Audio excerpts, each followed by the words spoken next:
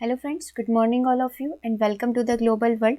चलिए आज के सेशन को हम लोग यहाँ पर स्टार्ट करते हैं। आज के सेशन में हम लोग यहाँ पर पढ़ेंगे भारतीय शिक्षा के बारे में। जैसे कि प्रीवियस आपका एक सेशन हुआ था जिसमें हम लोगों ने सारे सन वगैरह को डिस्कस कर लिया था कि किस सन में कौन सी पॉलिसी यहाँ पर लाई गई थी भारतीय शिक्षा से संबंधित। तो उसी सेशन को आज आगे बढ़ाते हुए आज हम लोग सारी प्रकार की समितियों के बारे में including your NEP new education policy 2020 के बारे में भी डिस्कस करेंगे। तो जितने भी स्टूडेंट चैनल पर न्यू हैं चैनल को सब्सक्राइब कर लीजिए ताकि इसी तरीके से वीडियोस के नोटिफिकेशन आपको मिलते रहें। और व्हाट्सएप ग्रुप से जुड़ने के लिए आप संपर्क कर सकते हैं 8770803840।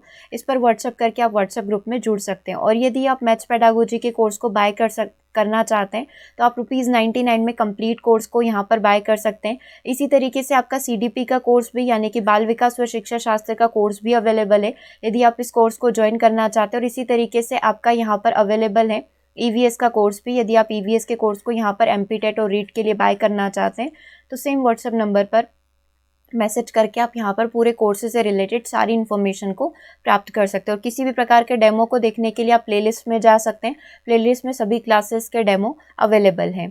ठीक है, तो आज के सेशन को हम लोग स्टार्ट करते हैं। जैसे कि हम लोगों का कल मॉर्निंग वाला सेशन हुआ था जिसमें हम लोगों ने सारे सन डिस्कस कर लिए थे कि किस सन में किस प्रकार की घटनाएं यहाँ पर एजुकेशन से सिस्टम हुई थी। ठीक है, तो आज हम लोग इसको थोड़ा सा और आगे बढ़ाते हैं और यहाँ पर जो स्पेशल कमेटी वगैरह या फिर जो समितियाँ बनी थी शिक्षा से संबंधित उनको डिस्कस कर लेते हैं। टोटल 12 समितियों के बारे में हम लोग यहाँ पर चर्चा करेंगे। तो सबसे पहली समिति हमारा ये 1854 है, इसका चार्ल्स वुड का घोषणा पत्र। तो इसका अन्य नाम यहाँ पर वुड का डिस्पैच या भारतीय शिक्षा का मैग्ना कार्टा भी इसको हम लोग यहाँ पर बोल सकते हैं। ये पूछा हुआ प्रश्न है, भारतीय शिक्षा का मैग्ना कार्टा किसे कहा जाता है? तो चार्ल्स वुड के घोषणा पत्र को ही यहाँ पर वुड का डिस्पैच या फिर भारतीय शिक्षा का मैग्ना कार्टा बोला जा सकता है। अब इसकी क्या क्या सिफारिशें यहाँ पर रखी गई थी? तो इनकी कुछ सिफारिशें थी कि आप एजुकेशन सिस्टम को कुछ इस तरीके से चेंज करिए। सबसे पहला चेंज ये लाना था कि पाश्चात्य शिक्षा के प्रसार को सरकार अपना उद्देश्य बनाए, यानी कि जो पाश्चात्य शिक्षा है उसको भी यहाँ पर इंक्लूड किया जाए। उच्च शिक्षा को अंग्रेजी भाषा के माध्यम से ही दिया जाना चाहिए, मतलब जो हायर एजुकेशन होती है वो केवल इंग्लिश में ही होना चाहिए। ठीक है, ये इसका सेकंड पॉइंट था। थर्ड पॉइंट था कि लंदन विश्वविद्यालय के तर्ज पर कलकत्ता, बम्बई व मद्रास में विश्वविद्यालय यहाँ पर स्थापित किए जाए। वुड का डिस्पैच मुख्यतः विश्वविद्यालय स्तर की शिक्षा से संबंधित था, मतलब विश्वविद्यालय स्तर में किस प्रकार से एजुकेशन सिस्टम होना चाहिए, पढ़ाई किस तरीके से होना चाहिए, उस पर आधारित था। तो 1854 का जो वुड का डिस्पैच के आधार पर 1855 के अंदर लोक शिक्षा विभाग स्थापित किया गया तथा महिला पाठशालाओं की भी स्थापना यहाँ पर की गई थी। तो अब आपको सबसे पहला पॉइंट क्या पता चला? आपको सबसे पहला पॉइंट पता चला 1854 का चार्ल्स वुड का घोषणा पत्र। इसे किस किस नाम से जाना जाता था? वुड डिस्पैच नाम से जाना जाता था और भारतीय शिक्षा के मैग्ना कार्टा के नाम से इसे यहाँ पर जाना जाता था। ठीक है, इसमें क्या किया गया? पाश्चात्य शिक्षा का प्रसार, उच्च शिक्षा को अंग्रेजी भाषा में, लंदन विश्वविद्यालय जैसे वैसे कलकत्ता, मुंबई, मद्रास विश्वविद्यालय की स्थापना। और वुड का डिस्पैच मुख्यतः हायर एजुकेशन विश्वविद्यालय स्तर की शिक्षा से संबंधित था, इसीलिए इसी के आधार पर 1855 के अंदर लोक शिक्षा विभाग स्थापित किया गया तथा महिला पाठशाला की स्थापना यहाँ पर की गई। ठीक है, तो ये पहला खत्म होता है। दूसरे की बात करते हैं, हंटर शिक्षा आयोग। अब हंटर शिक्षा आयोग आया था हमारा 1882-83 में। इसके वायसराय लॉर्ड रिपन वुड के घोषणा पत्र के द्वारा शिक्षा के क्षेत्र में हुई प्रगति की समीक्षा करने के लिए, यानी कि 1854 के अंदर हमारा वुड का डिस्पैच आ चुका था, तो कितना परिवर्तन एजुकेशन के अंदर अभी तक हुआ है उसकी देखरेख करने के लिए, उसकी समीक्षा करने के लिए यहाँ पर हंटर शिक्षा आयोग को लाया गया था। कौन लेकर आए थे? W हंटर इस शिक्षा आयोग को लेकर आए थे, इस हंटर शिक्षा आयोग को लेकर आए थे। ठीक है, उन्हीं के नाम के आधार पर ही रखा गया। ठीक है, इस आयोग में 8 सदस्य भारतीय थे। इस आयोग को प्राथमिक एवं माध्यमिक शिक्षा की समीक्षा करने तक ही सीमित कर दिया गया था। फिर इस आयोग ने क्या कार्य किया? क्योंकि उच्च एजुकेशन का कार्य यहाँ पर जो था चार्ल्स वुड के द्वारा किया जा रहा था, तो प्राथमिक और माध्यमिक शिक्षा का कार्य जो कौन करेगा? हंटर शिक्षा समिति यहाँ पर कंप्लीट करेगी। अब इसने कुछ सुझाव, अपने कुछ सजेशन दिए थे, जिसमें से कुछ सजेशन इस प्रकार है। प्राथमिक स्तर पर मातृभाषा में शिक्षा उपलब्ध करवाई जाए। लाइक अगर आप उच्च शिक्षा में बोल रहे हो कि इंग्लिश करी जाए, तो लेकिन आप ये तो करिए कि प्राइमरी लेवल पर अपनी मातृभाषा के अंदर ही शिक्षा यहाँ पर दी जाए बच्चों को। ठीक है, हाई स्कूल स्तर पर 2 प्रकार की शिक्षा की व्यवस्था की जाए, जिसमें एक व्यावसायिक शिक्षा हो जो उनके आगे जाकर उनको कमाने के लायक बना सके, तो एक व्यावसायिक शिक्षा यहाँ पर दी जाएगी। और दूसरी साहित्यिक शिक्षा होनी चाहिए जिससे उन्हें क्या हो सके? विद्यालय में बच्चों को विद्यालय के अंदर प्रवेश मिल सके। ठीक है। तीसरा था यहाँ पर कि निजी प्रयासों को बढ़ावा दिया जाना चाहिए, और फोर्थ स्टेटमेंट था कि स्त्री शिक्षा की पर्याप्त व्यवस्था यहाँ पर की जानी चाहिए। ठीक है। तो ये इस प्रकार से हंटर शिक्षा समिति जो थी इन्होंने सुझाव दिए थे। ठीक है। किसके बाद? चार्ल्स वुड के घोषणा पत्र के बाद, उसकी समीक्षा करने के बाद। अगला हम लोग यदि बात करें भारतीय विश्वविद्यालय अधिनियम 1904। ठीक है। तो अब ये लगभग 20 वर्ष के पश्चात 1902 के अंदर यहाँ पर क्या किया गया था, जो कर्जन थे, लॉर्ड कर्जन थे, उन्होंने सर थॉमस रेले के साथ मिलकर उनकी अध्यक्षता में एक विश्वविद्यालय आयोग की स्थापना करी। ठीक है। ये आपका भारतीय विश्वविद्यालय आयोग की बात यहाँ पर आ चुकी है, जो कि हम लोग कल के सेशन में डिस्कस भी किए थे। ठीक है। इस आयोग में सैयद हुसैन बिलग्रामी और यहाँ पर एक व्यक्ति और हैं। ठीक है। ये दोनों इंक्लूड थे। कौन थे हमारे दूसरे व्यक्ति थे गुरुग्राम करके। ठीक है। ये दोनों इंक्लूड थे। इन दोनों दो भारतीय सदस्यों को, गुरुदास बनर्जी, इन दोनों को भारतीयों को यहाँ पर इंक्लूड किया गया था, और इन दोनों के साथ मिलकर ही यहाँ पर भारतीय विश्वविद्यालय अधिनियम 1904 आया था और विश्वविद्यालय आयोग की यहाँ पर स्थापना की गई थी। अब इसका कार्य यही था कि उच्च शिक्षा की देखरेख करना, कि उच्च शिक्षा किस तरीके से मिल रही है, क्या क्या परिवर्तन उसके अंदर किए जा सकते हैं। ठीक है। तो ये तीसरा पॉइंट हो गया कि भारतीय विश्वविद्यालय अधिनियम 1904, ठीक है, कब आया था? 20 वर्ष के पश्चात, यानी कि जो हंटर शिक्षा आयोग आया था 1882 में, उसके 20 वर्ष के पश्चात 1902 में, 1902 में सर थॉमस रेले की अध्यक्षता में कर्जन ने विश्वविद्यालय आयोग की स्थापना की थी। सैयद हुसैन बिलग्रामी और जस्टिस गुरुदास बनर्जी दोनों इंक्लूड थे। उच्च शिक्षा की देखरेख के लिए इसको बनाया गया था। फिर आता है हमारा 4th नंबर पे सैडलर विश्वविद्यालय आयोग 1917 से 1919 के बीच में। अब 1917 ईस्वी में कलकत्ता विश्वविद्यालय की समस्या के अध्ययन के लिए डॉक्टर एम सैडरल ने के नेतृत्व में एक आयोग नियुक्त किया गया था। ठीक है। अब यहाँ तक आपको क्या पता चला? 1917 में कलकत्ता विश्वविद्यालय की समस्या के अध्ययन के लिए डॉक्टर एम सैडरल के नेतृत्व में एक आयोग को नियुक्त किया गया था। ठीक है। अब इन्होंने क्या करा था कि जो 1904 के अंदर विश्वविद्यालय आयोग अधिनियम आया था, उसकी कड़ी आलोचना यहाँ पर करी थी, क्योंकि कलकत्ता विश्वविद्यालय अच्छे से रन यहाँ पर नहीं हो पा रहा था। आयोग का यह विचार था कि विश्वविद्यालय की शिक्षा को सुधारने के लिए हमें क्या करना पड़ेगा? सबसे पहले हमें माध्यमिक शिक्षा को सुधारे जाने की आवश्यकता होगी, उसके बाद ही हम लोग यहाँ पर उच्च शिक्षा के ऊपर ध्यान दे सकते हैं। तो ये रिपोर्ट किसके द्वारा पेश की गई थी? सैडलर विश्वविद्यालय आयोग के द्वारा यहाँ पर पेश की गई थी। उसके बाद आती है हार्टोग समिति 1921। इसकी कुछ सिफारिशें थी कि प्राथमिक शिक्षा के महत्व पर बल दिया जाए। अभी तक तो हम लोग बोल रहे थे कि उच्च शिक्षा को यदि हमें सुधारना है तो हम लोगों को क्या करना पड़ेगा? माध्यमिक शिक्षा को यहाँ पर सुधारना पड़ेगा। लेकिन यहाँ पर हार्टोग समिति बोलती है कि आपको प्राथमिक शिक्षा के महत्व पर बल देना होगा। ग्रामीण प्रवृत्ति के विद्यार्थियों के व्यावसायिक या औद्योगिक शिक्षा हम लोग उन्हें यहाँ पर दे सकते हैं। ठीक है। उच्च शिक्षा की अनुमति केवल योग्य विद्यार्थियों को ही यहाँ पर दी जानी चाहिए, तभी उच्च शिक्षा का जो स्तर है सुधरेगा यहाँ पर।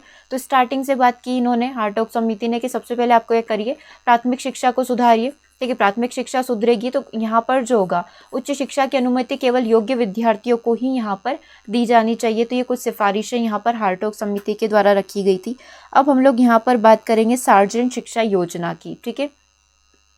1944 ईस्वी में शिक्षा के क्षेत्र में केंद्रीय शिक्षा सलाहकार बोर्ड ने राष्ट्रीय शिक्षा योजना तैयार करने के लिए सार्वजनिक शिक्षा योजना, जिसे बोला जाता है, ये यहाँ पर रेडी करी। सार्वजनिक भारत सरकार के शिक्षा सलाहकार थे। इन्होंने कुछ सजेशन यहाँ पर दिए। प्राथमिक विद्यालय और उच्च माध्यमिक विद्यालय के स्तर में सुधार हुआ, इसके उद्देश्य थे सार्वजनिक शिक्षा योजना के उद्देश्य में। और 6 से 11 वर्ष के बच्चों को निःशुल्क और अनिवार्य शिक्षा का प्रावधान रखा, और इंटरमीडिएट श्रेणी जो है उसको खत्म करने की बात सार्वजनिक शिक्षा योजना के अंतर्गत कही गई थी। फिर 1947 ईस्वी में स्वतंत्रता के पश्चात राधाकृष्णन आयोग का यहाँ पर गठन किया गया। ठीक है। अब यहाँ पर 1944 के बाद आज़ादी हमें 1947 में मिल चुकी थी। सार्वजनिक शिक्षा योजना के बाद पहला आयोग यहाँ पर स्वतंत्रता के पश्चात 1947 में गठन किया गया। ठीक है। 1947 में आया था और इसका गठन हुआ 1948 में। इसका उद्देश्य भी यही था कि विश्वविद्यालय जो शिक्षा है उसके सुधार में यहाँ पर वृद्धि करना। अब कुछ सिफारिशें यहाँ पर रखी गई थी। 12 वर्ष की स्कूली शिक्षा की व्यवस्था की जाए। ठीक है। उच्च शिक्षा के 3 उद्देश्य होना चाहिए: सामान्य शिक्षा, सरकारी संस्कारी शिक्षा और व्यावसायिक शिक्षा। ठीक है। तीसरा है प्रशासनिक सेवाओं के लिए स्नातक उपाधि आवश्यक नहीं होना चाहिए। शिक्षा को समवर्ती सूची में शामिल किया जाए। विश्वविद्यालय अनुदान आयोग की यहाँ पर स्थापना की जाए। और 1953 में इस आयोग की सिफारिशों को क्रियान्वित करते हुए विश्वविद्यालय अनुदान आयोग की स्थापना यहाँ पर कर दी गई थी। कब कर दी गई थी? 1953 के अंदर। ओके। तो क्या क्या चीज़ें आपको इसके अंदर ध्यान रखनी, जस्ट आप इन सिफारिशों को एक बार देख सकते हैं कि हाँ, राधाकृष्णन आयोग के द्वारा शिक्षा के अंदर ये परिवर्तन यहाँ पर किए गए थे, और ये सारे के सारे विश्वविद्यालय शिक्षा से संबंधित थे। फिर यहाँ पर आता है हमारा मोस्ट इंपॉर्टेंट कोठारी शिक्षा आयोग। ठीक है, 1964 से 1966 हम लोग कंसिडर कर सकते हैं। स्थापना हुई थी जुलाई 1964 के अंदर। इंग्लैंड, अमेरिका, रूस इत्यादि के प्रमुख शिक्षा शास्त्री और साथ ही वैज्ञानिक तथा यूनेस्को सचिवालय के जो JF मैकडूगल, इन सभी को मिलाकर यहाँ पर इन सभी के विचार यहाँ पर रखे गए थे। और क्या क्या सिफारिशें की गई थी? माध्यमिक शिक्षा को व्यावसायिक यहाँ पर बनाया जाए, राष्ट्रीय आय का 6% यहाँ पर शिक्षा पर खर्च किया जाना बहुत आवश्यक है, कृषि अनुसंधान के ऊपर भी बल दिया जाए, नैतिक शिक्षा व सामाजिक उत्तरदायित्व पर बल दिया जाए और शिक्षा के सभी स्तर पर सामाजिक सेवा एवं कार्य अनुभव के विषय को यहाँ पर शामिल किया जाना आवश्यक होगा। ये सारी बातें यहाँ पर कहाँ की गई थी? कोठारी शिक्षा आयोग के अंदर, और इन सभी की देखरेख में ये सारी सिफारिशें डाली गई थी। ओके, और इसी के आधार पर हम लोग बोल सकते हैं 1968 के अंदर राष्ट्रीय शिक्षा नीति आई। स्वतंत्र भारत में शिक्षा की पहली नीति कोठारी आयोग की सिफारिशों पर आधारित थी। जो कोठारी आयोग की सारी सिफारिशें थी, इसी पर पहली हमारी राष्ट्रीय शिक्षा नीति आई थी। इसको पूरा लिंक करते हुए चलेंगे क्योंकि अभी हमें NEP न्यू एजुकेशन पॉलिसी 2020 को भी समझना है। तो 1968 से लेकर 2020 तक शिक्षा में क्या क्या परिवर्तन आए, ये समझना बहुत ज़्यादा ज़रूरी है। तो स्वतंत्रता प्राप्ति के बाद जो है पहली शिक्षा नीति कोठारी आयोग की सिफारिश पर आई थी। ठीक है, ये आपका मोस्ट इंपॉर्टेंट पॉइंट हो गया। उसके बाद शिक्षा को राष्ट्रीय महत्व का विषय घोषित किया गया, मतलब इसको एज ए नेशनल लेवल पर कंसीडर किया जाए, बजट में इसकी बात की जाए, इसके देखरेख की बात की जाए, कानून व्यवस्था लागू की जाए। 14 वर्ष की आयु तक के सभी बच्चों के लिए अनिवार्य शिक्षा का लक्ष्य और शिक्षकों को बेहतर प्रशिक्षण और योग्यता पर फोकस देने की बात जो है राष्ट्रीय शिक्षा नीति के अंदर की गई थी। ठीक है, उसके बाद जो है नीति ने प्राचीन संस्कृत भाषा के शिक्षण को भी प्रोत्साहित किया। ठीक है, इस नीति ने, राष्ट्रीय शिक्षा नीति 1968 ने बोला कि आप संस्कृत भाषा को भी प्रोत्साहित करिए, उसको भी बच्चों को पढ़ाइए, जिससे भारत की संस्कृति और विरासत का एक अनिवार्य हिस्सा माना जाता है। ठीक है, शिक्षा का केंद्रीय बजट का जो है 6% व्यय करने का लक्ष्य रखा गया कि केंद्रीय बजट, जो हमारा बजट आता है, उसमें शिक्षा पर कितना व्यय किया जाए, 6% व्यय यहाँ पर किया जाए। त्रिभाषा सूत्र को लागू करने का आह्वान यहाँ पर 1968 नीति में किया गया। उसके बाद आती है राष्ट्रीय शिक्षा नीति 1986। ठीक है, अब ये 1986 की जो राष्ट्रीय शिक्षा नीति है, ये हमें क्या बताती है, इसके बारे में हम लोग यहाँ पर डिस्कस करेंगे। इससे पहले कब आई थी, इसका जस्ट आप उल्टा कर लीजिए, 1968 में आई थी और अब हम लोग आ चुके हैं 86 के ऊपर। ठीक है, तो यहाँ पर क्या बताया गया, इसकी समीक्षा के लिए 1990 में, क्योंकि 1986 में हमारी शिक्षा नीति आ चुकी थी, इसके भी कुछ अपने पॉइंट थे कि किस तरीके से शिक्षा को कवर करना है, क्या क्या नई नई चीज़ें हम लोग इंक्लूड कर सकते हैं। तो इसी की समीक्षा करने के लिए यहाँ पर 1990 में 1990 में आचार्य राममूर्ति की अध्यक्षता में एक समीक्षा समिति स्थापित की गई तथा 1993 में प्रोफेसर यशपाल समिति का, लाइक आपको याद होगा, बोझ रहित शिक्षा, तो इस समिति का यहाँ पर गठन किया गया। उस समय भारत के प्रधानमंत्री कौन थे? राजीव गांधी थे। ठीक है, जिन्होंने योगदान बहुत दिया इसके अंदर। इस नीति का उद्देश्य असमानताओं को दूर करके विशेष रूप से भारतीय महिलाओं, अनुसूचित जातियों और जनजातियों को समुदाय के शैक्षिक अवसर की बराबरी करने पर विशेष जोर दिया गया था। मतलब एक समानता का अधिकार यहाँ पर लाया गया शिक्षा के क्षेत्र में। इस नीति में प्राथमिक स्कूलों को बेहतर बनाने के लिए ऑपरेशन ब्लैक बोर्ड को इंक्लूड किया गया। इस नीति ने इंदिरा गांधी राष्ट्रीय मुक्त विश्वविद्यालय जो है के साथ ओपन यूनिवर्सिटी प्रणाली का, इग्नू जो आप जानते हैं, ओपन यूनिवर्सिटी प्रणाली का यहाँ पर विस्तार किया गया। ग्रामीण भारत में जमीनी स्तर पर आर्थिक और सामाजिक विकास को बढ़ावा देने के लिए महात्मा गांधी के दर्शन पर आधारित ग्रामीण विश्वविद्यालय मॉडल के निर्माण के लिए इस नीति ने आह्वान किया कि यहाँ पर क्या किया जाए, इस तरीके से ग्रामीण विश्वविद्यालय को निर्मित किया जाए ताकि हर जगह जो है शिक्षा यहाँ पर पहुँच पाए। ठीक है, तो ये 1986 की जो शिक्षा नीति है, ये सारी चीज़ें यहाँ पर इसके अंदर इंक्लूड की गई और इसी की देखरेख के लिए जो यशपाल समिति का गठन यहाँ पर किया गया और 1990 में आचार्य राममूर्ति की अध्यक्षता में एक समीक्षा यहाँ पर की गई। किसकी देखरेख के लिए? 1986 में जो शिक्षा नीति आई थी उसकी देखरेख के लिए। अगर हम लोग यहाँ पर बात करें कि प्रोफेसर यशपाल की जो समिति है, ये जो कमेटी है, इन्होंने क्या क्या सजेशन या फिर क्या क्या सिफारिशें अपनी रखी थी, तो स्कूलों में बच्चों के बस्ते को बोझ पर बनी कमेटी की अध्यक्षता करने के लिए जाने जाते हैं। बस्तों का बोझ यानी कि बच्चों के ऊपर एजुकेशन का बर्डन, भार बहुत ज़्यादा रहता है, तो उस भार को कम करने की यहाँ पर आवश्यकता है। ठीक है, शिक्षा के भार को 1992 में भारत सरकार के मानव संसाधन विकास मंत्रालय ने एक राष्ट्रीय सलाहकार समिति बनाई। इस समिति ने क्या किया, देश भर में 8 शिक्षाविदों को शामिल किया था। ठीक है, इस समिति के अध्यक्ष प्रोफेसर यशपाल को बनाया गया। समिति को इस बात पर विचार करना था कि शिक्षा के सभी स्तर पर विद्यार्थियों, विशेषकर छोटी कक्षा के विद्यार्थियों पर पढ़ाई के दौरान पड़ने वाले बोझ को कैसे कम किया जा सकता है। यशपाल समिति का मेन टारगेट ये था। ठीक है, साथ ही यहाँ पर शिक्षा की गुणवत्ता में कैसे सुधार लाया जाए, ये देखरेख यहाँ पर करनी थी और प्राप्त मत, विचार, सुझाव आदि के आधार पर ही जुलाई 1993 में सरकार को इन्होंने अपनी रिपोर्ट प्रस्तुत कर दी थी। समिति ने ये चीज़ें बताई, तमाम मुश्किलों की जांच परख करते हुए ये एक आइडिया दिया, ये एक सजेशन दिया कि बच्चों के स्कूली बस्ते के बोझ से ज़्यादा बुरा है उनका न समझ पाने का बोझ। मतलब वो यहाँ पर चीज़ों को अंडरस्टैंड नहीं कर पा रहे, जस्ट एक अपना सिलेबस कंप्लीट कर पा रहे। तो ये सारा एक बोल सकते हैं निष्कर्ष निकाला गया था। ठीक है, बाद में 2005 में प्रोफेसर यशपाल की अध्यक्षता में ही राष्ट्रीय पाठ्यचर्या की रूपरेखा यानी कि नेशनल करिकुलम फ्रेमवर्क 2005 बनाने के लिए एक राष्ट्रीय संचालन समिति का गठन किया गया था। इस समिति में 38 सदस्य थे। ठीक है, इस समिति ने पाठ्यचर्या की रूपरेखा बनाते समय प्रोफेसर यशपाल की सिफारिशों को ध्यान में रखा। पाठ्यचर्या क्षेत्र, व्यवस्थागत सुधार तथा राष्ट्रीय चिंताओं को ध्यान में रखते हुए विभिन्न विषयों पर 21 आधार पत्रों की एक संरचना रेडी करी। ठीक है, फिलहाल यही सारी चीज़ें जो है हमारा मार्गदर्शक बनी हुई है, जो NCF 2005 पर ही अभी पूरा हमारा करिकुलम चल रहा है। स्कूल का करिकुलम पूरा अभी इसी के ऊपर आधारित है। ठीक है, तो ये पूरी यशपाल समिति की रिपोर्ट हो गई कि किस तरीके से इन्होंने कार्य किया था। अब यहाँ पर कुछ संशोधन भी किए गए थे, तो डेफिनेटली यहाँ पर 1992 में इस रिपोर्ट के आधार पर संशोधन किए गए थे। तो राष्ट्रीय शिक्षा नीति 1986 में संशोधन का उद्देश्य ये था कि देश में व्यावसायिक और तकनीकी कार्यक्रम में प्रवेश के लिए अखिल भारतीय आधार पर एक आम प्रवेश योजना आयोजित की जाए। लाइक इंजीनियरिंग और आर्किटेक्चर कार्यक्रमों में प्रवेश के लिए सरकार ने राष्ट्रीय स्तर पर संयुक्त प्रवेश परीक्षा और अखिल भारतीय इंजीनियरिंग प्रवेश और तथा राज्य स्तर के लिए संस्थानों के लिए राज्य स्तरीय इंजीनियरिंग प्रवेश परीक्षा जो है इसका आयोजन यहाँ पर किया जाता था। ये सारी एग्जाम्स यहाँ पर जो 1992 में संशोधन हुआ था 1986 की शिक्षा नीति के अंदर, ये सारी चीज़ें यहाँ पर इंक्लूड करी गई। और क्या क्या चीज़ें यहाँ पर बताई गई तो हम लोग वन बाय वन करके डिस्कस कर लेते हैं। इनसे प्रवेश परीक्षाओं की बहुलता के कारण छात्रों और उनके अभिभावकों पर शारीरिक, मानसिक और वित्तीय बोझ को कम करने की समस्याओं को हल किया गया। ठीक है, एक एंट्रेंस टेस्ट यहाँ पर इस तरीके से रखे जाते थे। ठीक है, उसके बाद हम लोग यहाँ पर बात कर लेते हैं राष्ट्रीय शिक्षा नीति 2020 की, जो कि अभी अभी आई है।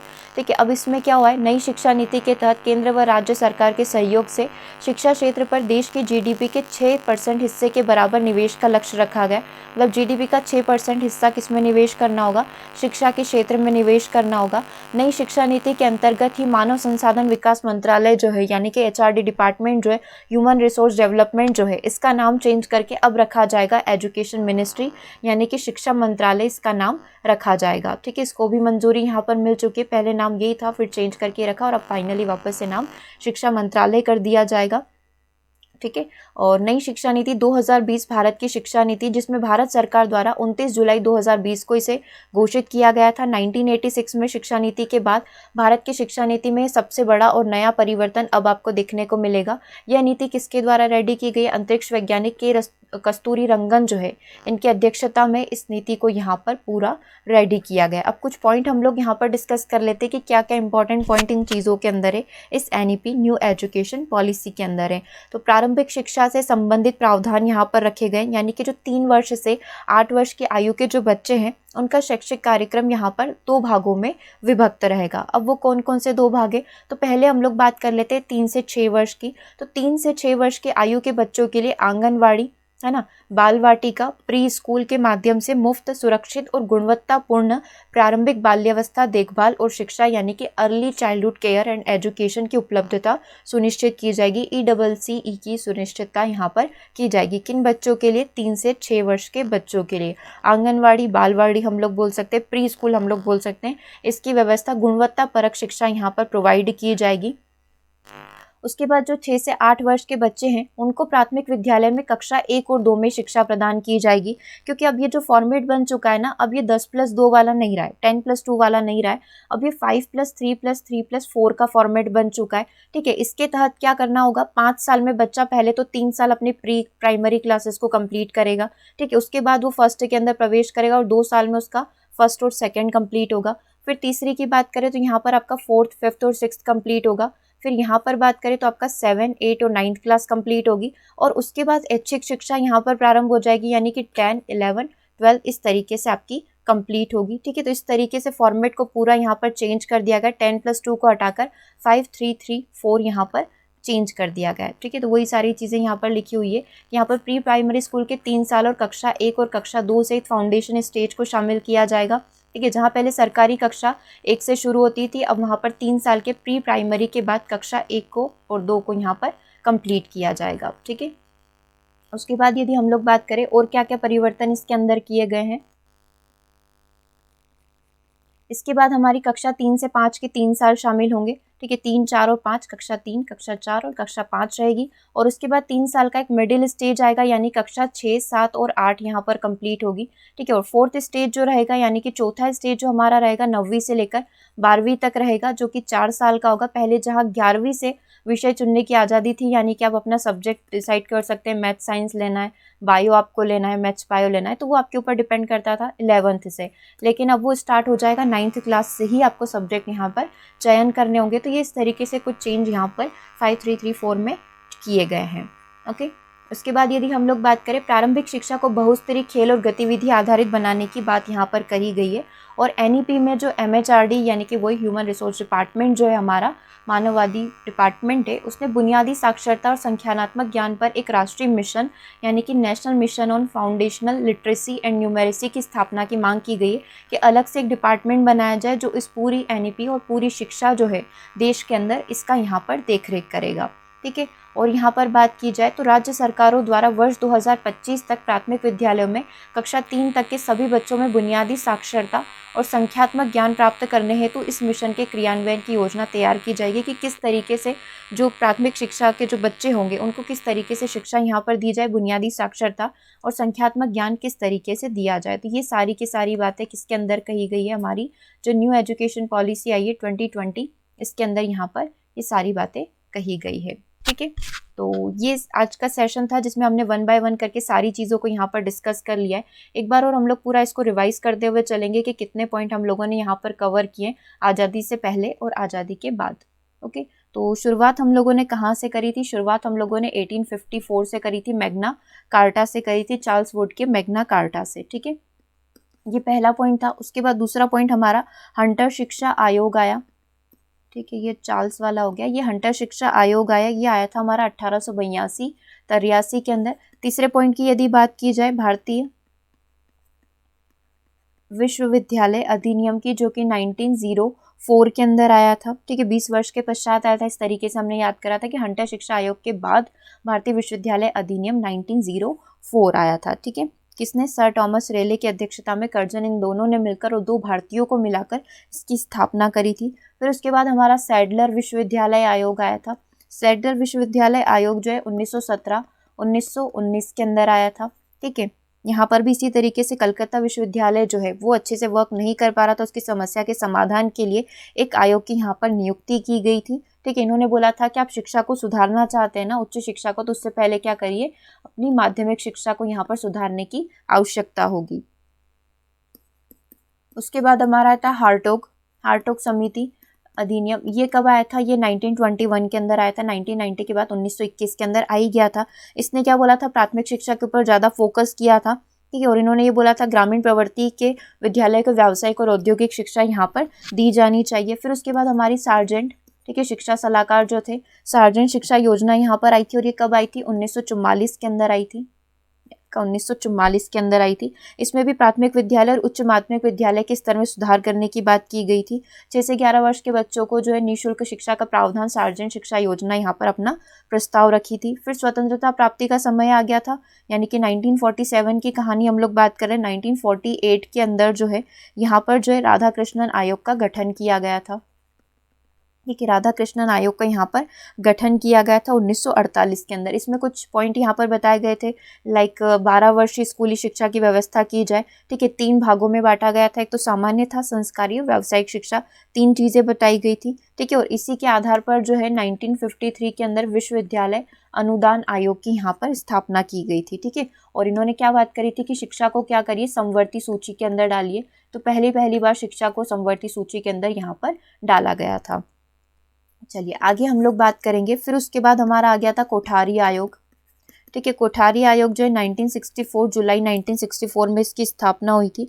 ठीक है, अब इसमें माध्यमिक शिक्षा को व्यावसायिक शिक्षा बनाया जाए, राष्ट्रीय आय का 6% शिक्षा के ऊपर खर्च किया जाए, नैतिक शिक्षा की बात जो इसके अंदर की गई थी, शिक्षा के अनुभव स्तर वगैरह सबको इंक्लूड करने की बात कोठारी आयोग के द्वारा की गई थी। और इसी के आधार पर हमारी जो बोल सकते हैं 1968 के अंदर राष्ट्रीय शिक्षा नीति आई थी। ठीक है, कोठारी आयोग की समीक्षा के आधार पर ही आई थी। 14 वर्ष तक के आयु के बच्चों को निःशुल्क अनिवार्य शिक्षा का प्रावधान, नीति में जो संस्कृत शिक्षा है उसको प्रोत्साहन यहाँ पर दिया जाए, ये सारी चीज़ों की बात की गई थी। और बजट का 6% शिक्षा पर डाला जाए और त्रिभाषा सूत्र की बात यहाँ पर 1968 की जो शिक्षा पॉलिसी है, राष्ट्रीय नीति है, उसकी बात यहाँ पर करी गई थी।